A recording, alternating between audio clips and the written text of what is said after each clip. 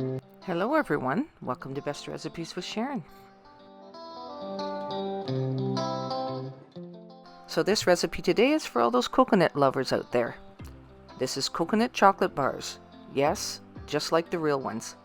They're every bit as good, if not better.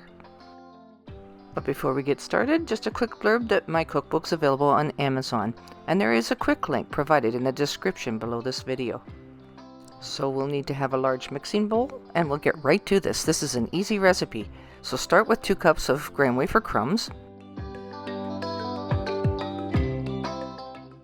and then 2 cups of unsweetened shredded coconut.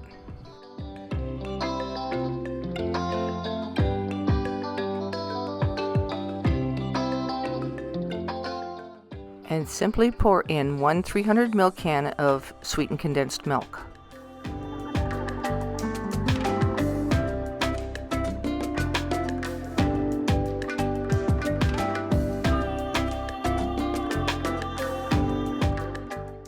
And then 1/4 cup of melted butter.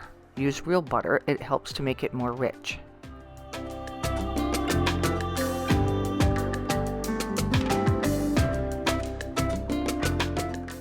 And finally, 1 teaspoon of pure vanilla.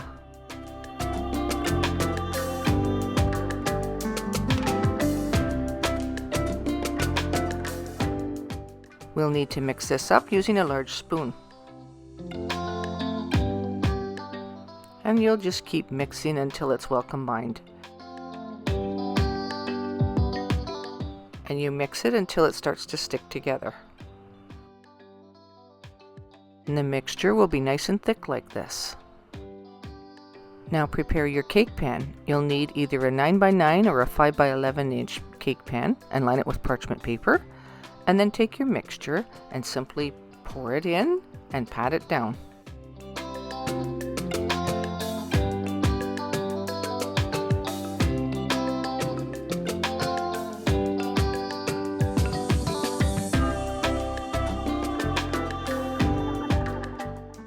And yes, I do have to get my fingers in there again. So of course start with clean hands and pat it down to the edges. I just find using your fingers a whole lot easier than using the spoon at this point. And you can see how thick the mixture is here. It'll be a little bit sticky, but that's perfectly fine.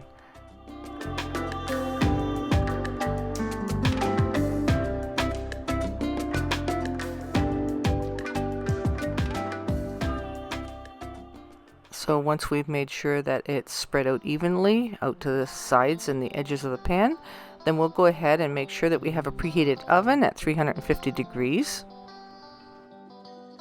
And place that in the oven on the middle rack and time it for about 20 minutes. Or until it's lightly golden.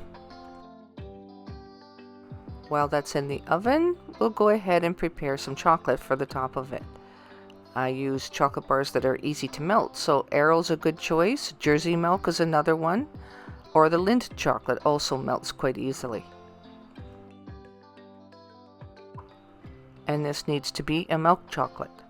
So we'll go ahead and chop it up into pieces. In this case, I used 3 of the Aero bars.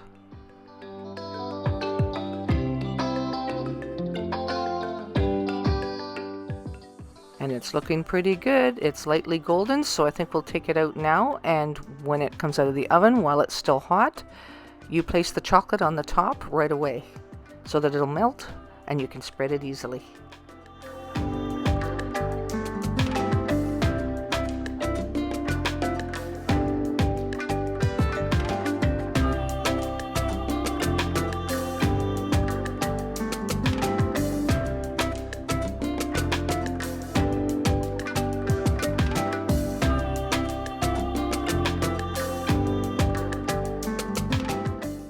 I use a spoon or a spatula to kind of spread it out a little bit more as it starts to melt, but be patient with it and don't press down too hard because you don't want it to go down into the square very much.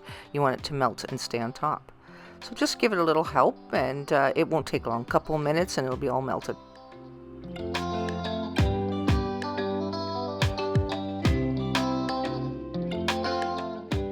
There's nothing like a nice smooth milk chocolate. It goes with everything.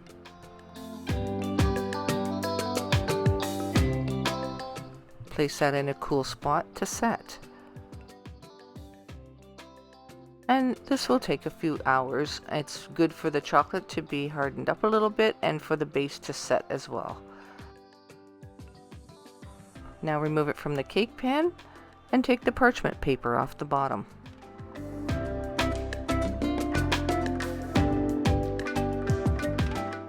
I think parchment paper is a baker's best friend. It would be a lot harder to remove it without the parchment paper, so I use that on most of my baking.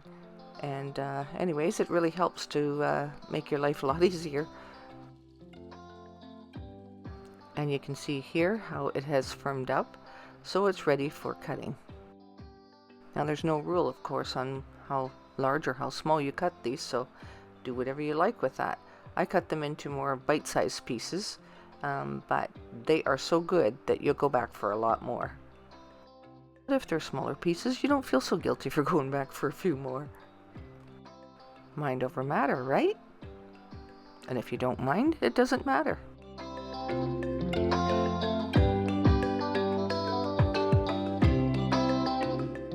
This easy square can be kept in the fridge for a few days or put in the freezer.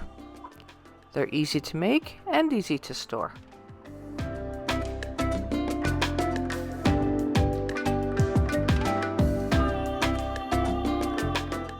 Thanks so much for watching today's video, and until next time, happy eating and go make some.